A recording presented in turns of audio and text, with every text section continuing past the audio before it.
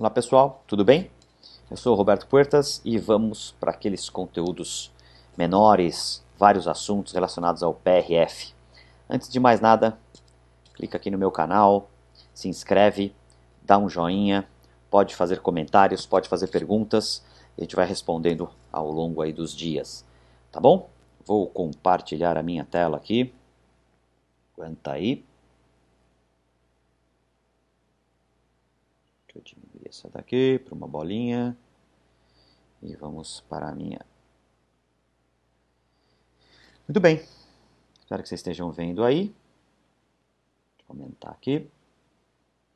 E nesse conteúdo a gente vai falar da condição da fibrina quando a gente faz o PRF, tá bom? Então vamos dar só aquela lembradinha, PRF, fibrina rica em plaquetas, mudou-se o enfoque no PRP, o enfoque era total das plaquetas, se ativava, as plaquetas liberavam um fator de crescimento, e esse fator de crescimento ia sinalizar células, principalmente visando mitoses, atração, quimiotaxia de outras células e otimização de um reparo. Quando a gente fala de um reparo de um tecido, engloba em tudo, gente, desde formação de vasos, formação de tecidos, contribuição para uma matriz extracelular, contribuição para a sinalização de células vir até um determinado ponto do teu reparo e ter uma atividade, por exemplo, atrativa de uma quimiotaxia para macrófagos no início da inflamação, numa tentativa de uma limpeza da inicial da área, que é o que acontece no começo da nossa inflamação, no nosso reparo. Então, entendam que os fatores de crescimento plaquetários vão sinalizar para esse reparo.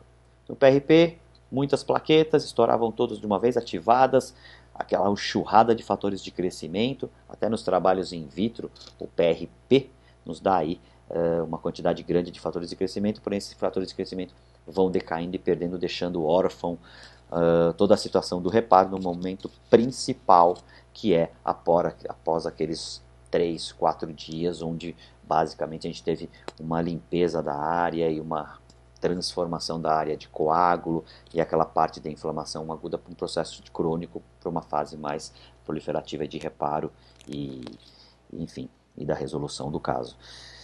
Quando a gente está falando da condição da fibrina, isso é o que mudou, né, no enfoque do PRP para o PRF, é a condição da fibrina. Temos plaquetas? Temos.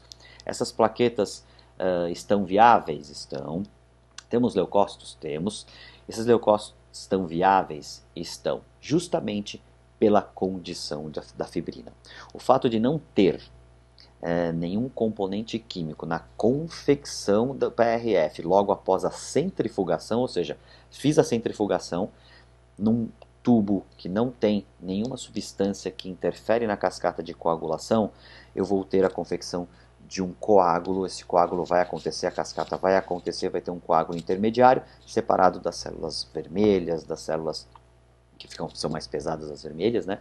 E esse coágulo vai ter algumas características. Quando a gente tira esse coágulo do tubo, ele está com uma malha de fibrina muito parecida com essa configuração que você está vendo teórica aí, de como é a fibrina. Nós temos caracterizações em forma de microscopia eletrônica de varredura, onde você consegue até comprovar como a fibrina se comporta frente a uma centrifugação sem componentes químicos, tá bom?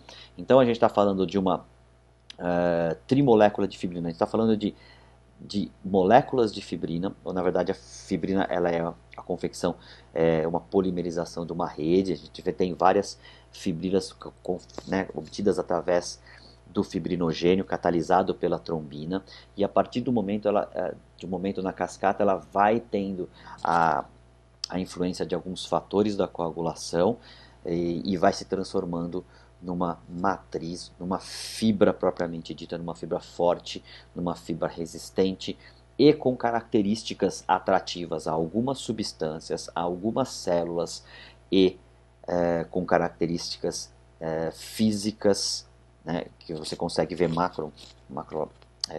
aspecto não microscópico, macroscópico e clínico de uma maneira muito eficaz. O que a gente consegue com essa fibrina? Essa fibrina ganha um papel protetor, um papel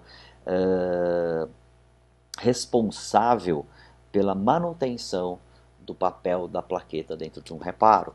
Então, quando a gente está falando que essa fibrina ela é protetora, ela vai fazer com que essa fibrina, que essa plaqueta consiga ficar no local do reparo, liberando os fatores de crescimento por mais tempo. E fora esses fatores de crescimento também conseguem ficar, assim como algumas citocinas, conseguem ficar dentro da matriz de PRF, dentro dessa matriz de fibrina, protegidas e sendo liberadas gradualmente.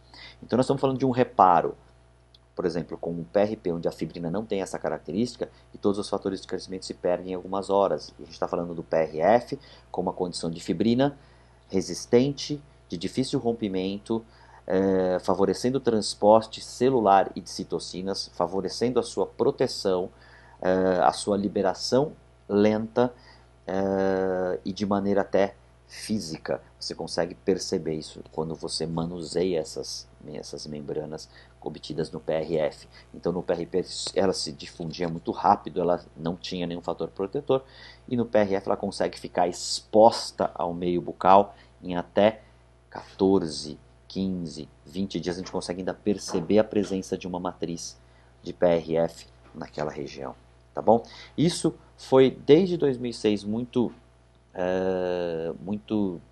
elucidado, muito explorado na literatura, vem sempre sendo, né, abordado essa característica, mas embora macroscopicamente a gente consiga, né, já sentir o que é isso, até em microscopias e em modelos que explicam essa condição, isso vem ganhando muita relevância porque nos permitiu tomar atitudes clínicas devido a essa característica. Então, nos permitiu suturá-las, nos permitiu manuseá-las de tal maneira que ela pudesse ter um significado clínico, tá? Desde a proteção de uma ferida cirúrgica, desde a sutura tentando fazer com que o tecido se repitelialize em cima das lesões e das feridas, ok? Isso é uma condição que só tem no PRF. E de maneira natural, e de maneira que o paciente te entrega para você estar utilizando a hora que você quiser. Isso pode ser utilizado em diferentes fases da tua reabilitação, se for a gente está falando de um implante, de uma fase no paciente vai submeter um enxerto ao implante, a reabertura e a entrega da prótese, você pode usar a fibrina em todos os locais, em todos os momentos dessa reparação, otimizando tecidos moles. Tá bom? Tem um trabalhinho aí embaixo onde ela foi a primeira vez que ela foi mostrada com essa característica pra gente. Ok? Espero que vocês tenham gostado. A fibrina realmente é um campo muito interessante na reparação e na cicatrização, e a gente vem abordando isso já com mais qualidade. Nós vamos colocar aqui alguns conteúdos, até com alguns filminhos mostrando essa característica. Ok? Espero que vocês tenham gostado. Deem um like, podem fazer perguntas, podem participar e a gente vai respondendo para vocês. Ok? Até o próximo vídeo, gente. Até mais.